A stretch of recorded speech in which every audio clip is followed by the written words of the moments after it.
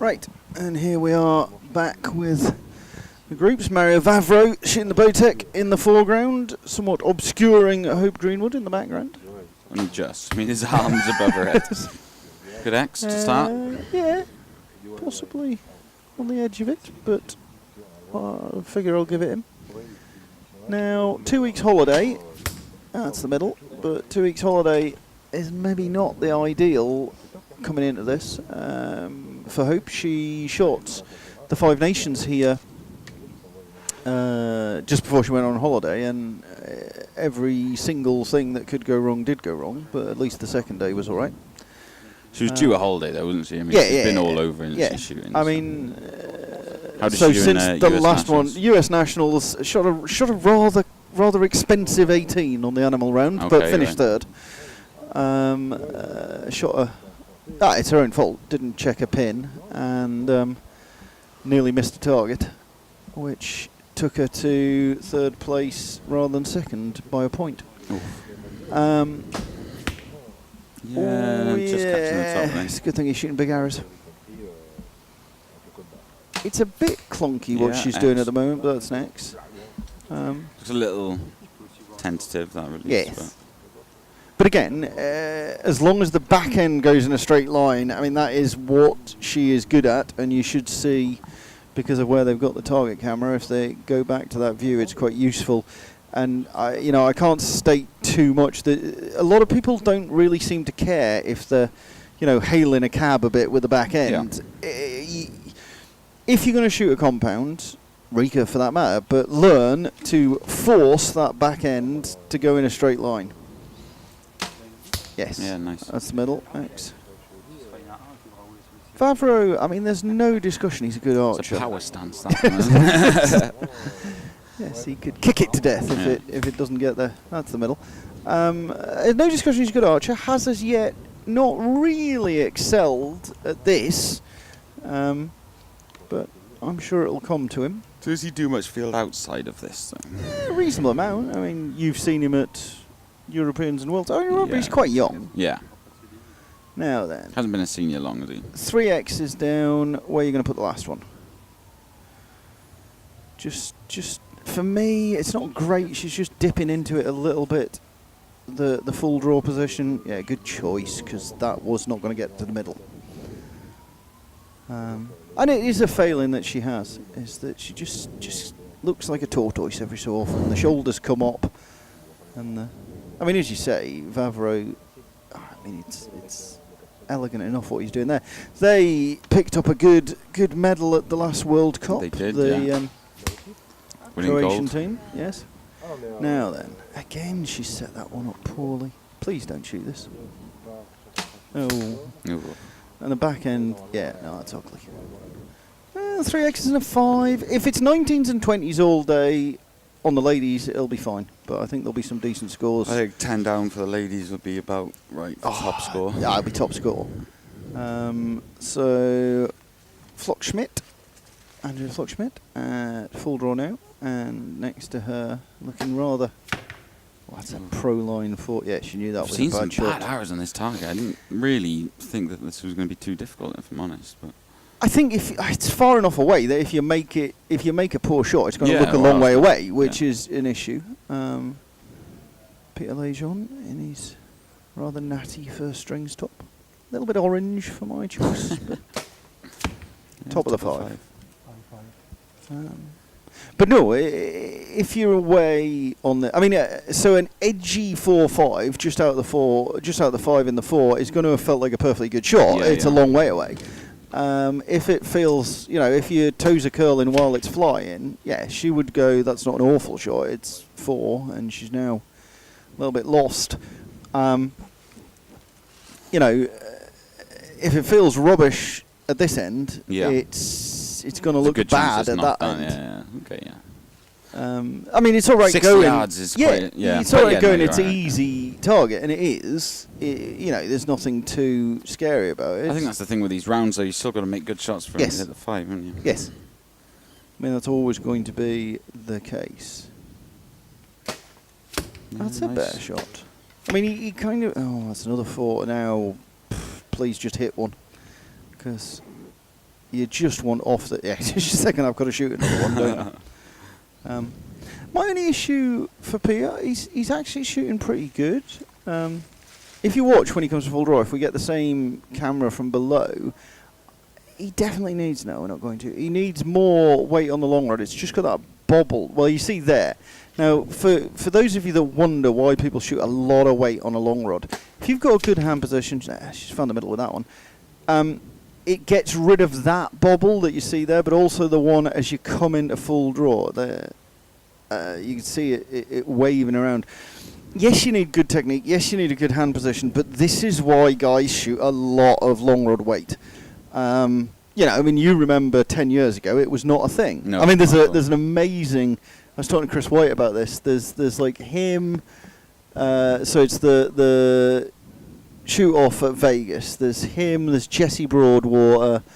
Can't think who the other boy is. Chance? No. And between them, they have 7 ounces of long rod weight between them.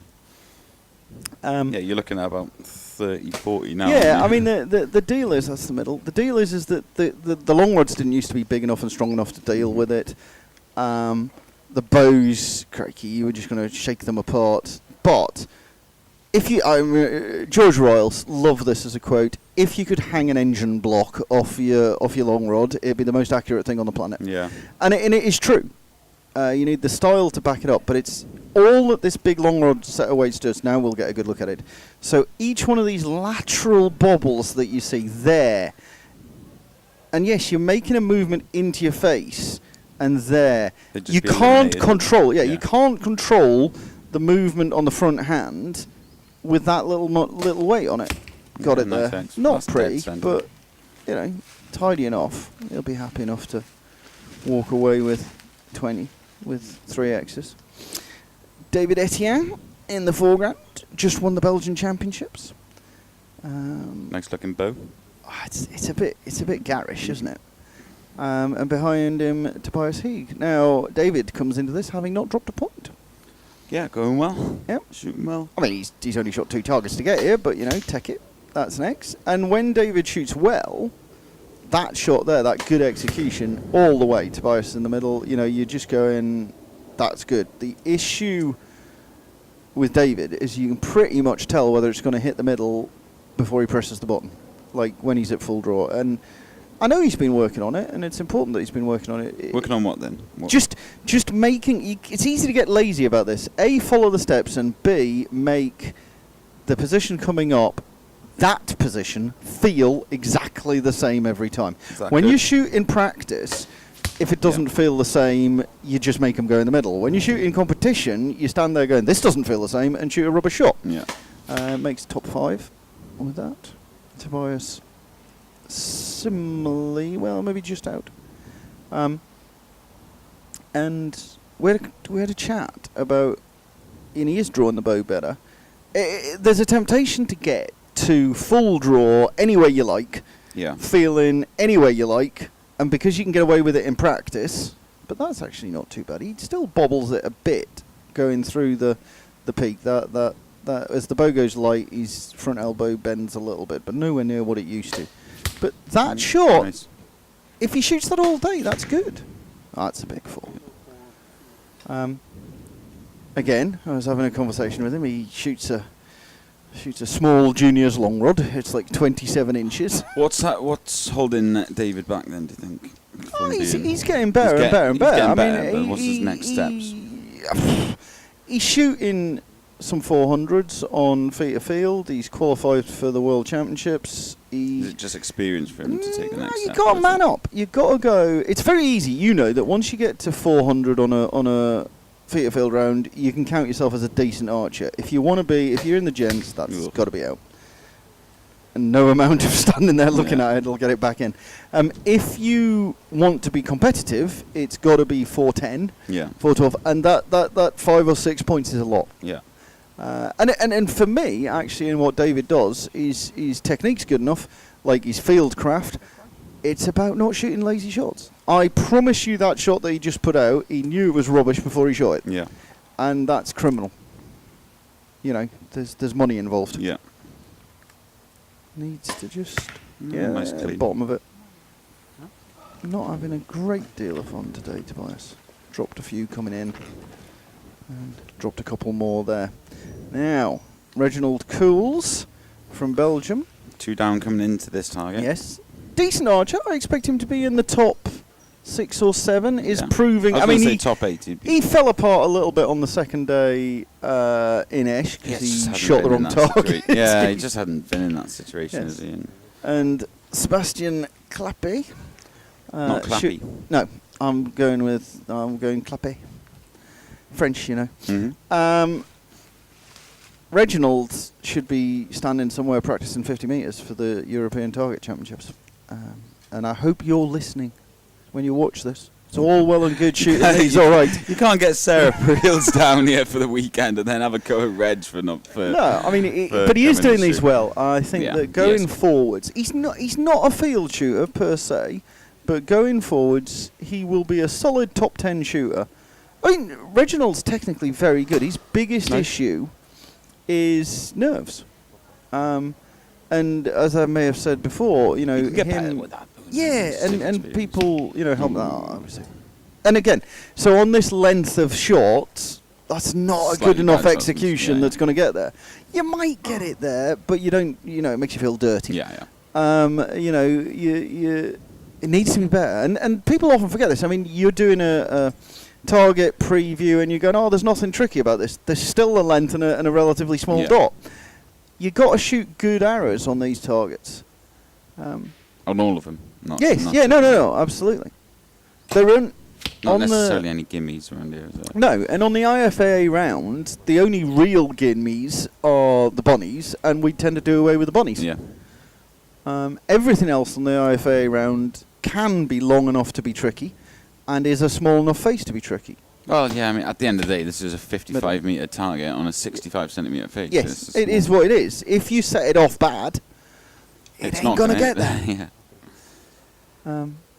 And it's easy for us to sit here and be a bit picky, but the level of the shooters we're talking about means the shots have to be good. Bit of a bobble, got it there. And what Reginald does quite well is, yes, he kind of does it back to front for me. When Reginald, like, I wish I had a better term than sort of yips on the aim, he locks the front end down and goes, I'm going to get it there on the front end. I'm talking about it's good if you can make it get there on the back end. But he does seriously try on shots that a lot of archers would give up on, go, Yeah. well, this could go anywhere. The problem with trying to direct it or lock the front end down, that's a better shot, is that you've not got a lot of control over the front end. You have always got a lot of control over the back end. So, some people clean. Depends where you started on this course. I have to say, I think there's a couple of easier bits. Toya and Janine Meissner, the little German. Heather Gore, Christina Reuter. Schlosser, 60. Actually, can't be hard to beat. Chris White, Fabian Delobel. He will be going to, we'll see him later. He's going to the World Fields and is a decent shooter. And Yannick Schutz will be back with more. Yannick Schultz shooting really well.